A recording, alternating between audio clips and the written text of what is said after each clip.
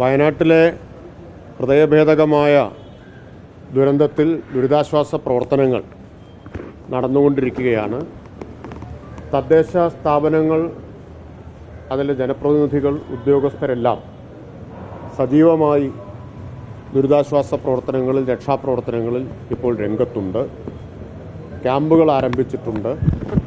ക്യാമ്പുകളിൽ കുടിവെള്ളം, അതുപോലെ ഭക്ഷണം ഇതെല്ലാം ലഭ്യമാക്കുന്നതിനും ആൾ സഹായം ഉറപ്പാക്കുന്നതിനും തദ്ദേശ സ്ഥാപനങ്ങൾ രംഗത്തിറങ്ങിയിട്ടുണ്ട്.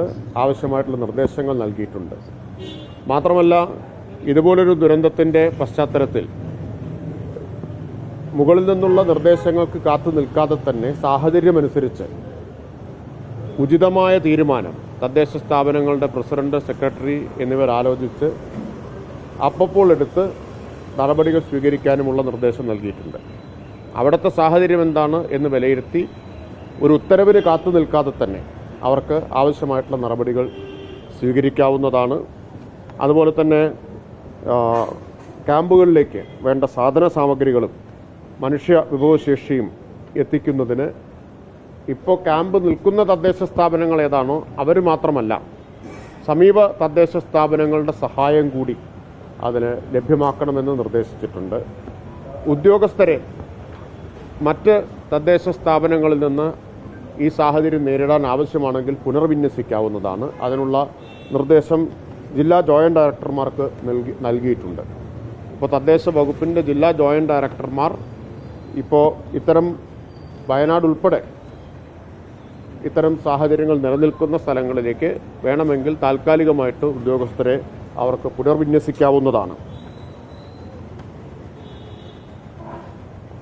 അതുപോലെ പൊതുവായി എല്ലാ സ്ഥലത്തും ഇപ്പോൾ വെള്ളം, അതുപോലെ തന്നെ ഉരുൾപൊട്ടൽ ഇതിൻ്റെയൊക്കെ ഭാഗമായിട്ട് ഒഴുകി വരുന്ന മാലിന്യം, ചെളി, ഈ വസ്തുക്കളൊക്കെ നീക്കം ചെയ്യുന്നതിനും മലിനജലം കലർന്ന കിണറുകൾ വൃത്തിയാക്കുന്നതിനുൾപ്പെടെയുള്ള നടപടികൾ സ്വീകരിക്കാനും തദ്ദേശ സ്ഥാപനങ്ങൾക്ക് നിർദ്ദേശം നൽകിയിട്ടുണ്ട്.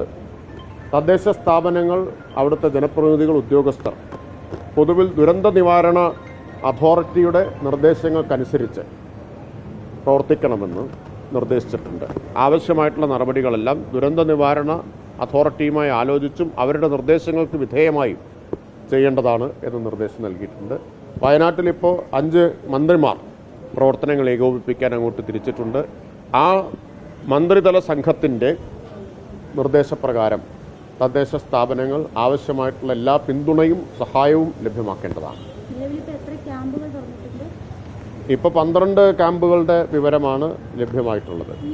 ആവശ്യമായ ക്യാമ്പുകൾ തുടങ്ങാൻ ദുരന്ത നിവാരണ അതോറിറ്റിയുടെ കൂടി നിർദ്ദേശത്തിന് വിധേയമായി തദ്ദേശ സ്ഥാപനങ്ങൾ മുൻകൈ എടുക്കേണ്ടതാണ് നിർദ്ദേശിച്ചത്.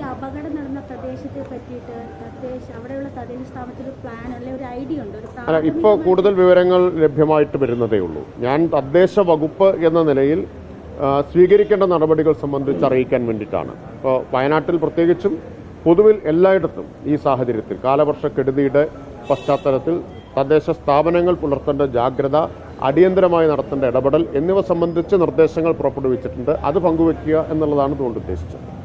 ഇപ്പോഴത്തെ പശ്ചാത്തലത്തിൽ മഴ കുറച്ച് ദിവസം കൂടി കനത്ത രീതിയിൽ തന്നെ തുടരാനുള്ള സാധ്യത കാണുന്നുണ്ട്. അപ്പോൾ ഈ മറ്റ് സ്ഥലങ്ങളിൽ, അപകട ബാധിത മേഖലകളിൽ ആളുകളെ മാറ്റിപ്പാർപ്പിക്കുന്നതിനുള്ള നടപടികൾ തീർച്ചയായിട്ടും അതിനാവശ്യമായിട്ടുള്ള മുൻകരുതൽ നടപടികൾ സ്വീകരിക്കേണ്ടതാണ്. തദ്ദേശ സ്ഥാപനങ്ങളുടെ മുൻകൈയെടുക്കണം. അതിലെല്ലാം പ്രധാനം ദുരന്ത നിവാരണ അതോറിറ്റിയുടെ നിർദ്ദേശങ്ങളും മുന്നറിയിപ്പുകളുമാണ്. അതനുസരിച്ച് വേണ്ട ക്രമീകരണങ്ങൾ വേഗത്തിൽ അടിയന്തരമായിട്ട് ഏർപ്പെടുത്താൻ തദ്ദേശ സ്ഥാപനങ്ങൾക്ക് നിർദ്ദേശം കൊടുത്തിട്ടുണ്ട്. അതുകൊണ്ടാണ് പറഞ്ഞത്, ഇതിലൊന്നും ഇപ്പോൾ ഒരു അടിയന്തര സാഹചര്യം നേരിടാൻ മുകളിൽ നിന്നുള്ള ഉത്തരവ് തന്നെ കാത്തു നിൽക്കാതെ അവിടെ ഉചിതമായിട്ടുള്ള തീരുമാനമെടുക്കാൻ അവരോട് നിർദ്ദേശിച്ചിട്ടുണ്ട്. ഇപ്പോൾ ഒരു പ്രത്യേക പ്രദേശത്ത് ഒരു പ്രശ്നം നിലനിൽക്കുന്നു, അവിടെ കൂടുതൽ ഉദ്യോഗസ്ഥരുടെ സേവനം ആവശ്യമുണ്ടെങ്കിൽ മറ്റ് തദ്ദേശ സ്ഥാപനങ്ങളിൽ നിന്ന് അവരെ തൽക്കാലത്തേക്ക് പുനർവിന്യസിക്കാം. അതിനുള്ള നിർദ്ദേശം ജോയിൻറ്റ് ഡയറക്ടർമാർക്ക് കൊടുത്തിട്ടുണ്ട്. അതാത് സമയത്ത് ദുരന്ത നിവാരണ അതോറിറ്റിയുടെ നിർദ്ദേശങ്ങൾ അനുസരിച്ചാണ് തദ്ദേശ സ്ഥാപനങ്ങൾ പ്രവർത്തിക്കുക.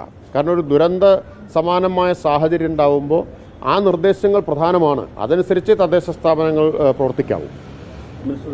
എന്നാൽ അടിയന്തരമായിട്ടുള്ള എല്ലാ ഇടപെടലുകളും തദ്ദേശ സ്ഥാപനങ്ങളുടെ ഭാഗത്തുണ്ടാവുകയും വേണം. അതിനൊരു തടസ്സവും വരില്ല. മനസ്സിൽ ഒരു കാര്യം ഇപ്പോൾ നാട്ടുകാരൻ രാവിലെ പറയുന്ന കാര്യമാണ്. ഇന്നലെ ഉച്ചതിരിച്ച് മഴ ശക്തമായപ്പോൾ പലരുടെ ഇപ്പോൾ ഈ ഉരുൾപൊള്ളുണ്ടായ സ്ഥലങ്ങളിൽ പലരും അവരുടെ ബന്ധുക്കളിൽ മാറിയിരുന്നു. ഒരു ഉയർന്നു വരുന്നൊരു ആരോപണം, ഇത്ര മഴ ശക്തമായിട്ട് പോലും ഈ ഭാഗത്തുനിന്ന് ആളുകൾ ഒഴിപ്പിക്കുന്നതിൽ പ്രാദേശിക തലത്തിലുള്ള പഞ്ചായത്തുകളുടെ പ്രതിസ്ഥാപനമായിട്ട് ഒരു നടപടിയെടുത്തില്ല എന്നൊരു ആരോപണം ഉയർന്നിട്ടുണ്ട്. ഇപ്പോൾ നമ്മുടെ ശ്രദ്ധ മുഴുവൻ അവിടുത്തെ രക്ഷാപ്രവർത്തനത്തിലാണ്. അതുപോലെ തന്നെ മുൻകരുതൽ നടപടികൾ മറ്റു പ്രദേശങ്ങളിലും സ്വീകരിക്കുക എന്നതിലാണ്. ബാക്കി തർക്കത്തിലേക്ക് വിവാദത്തിലേക്കൊന്നും പോകേണ്ട സമയമല്ല ഇത്.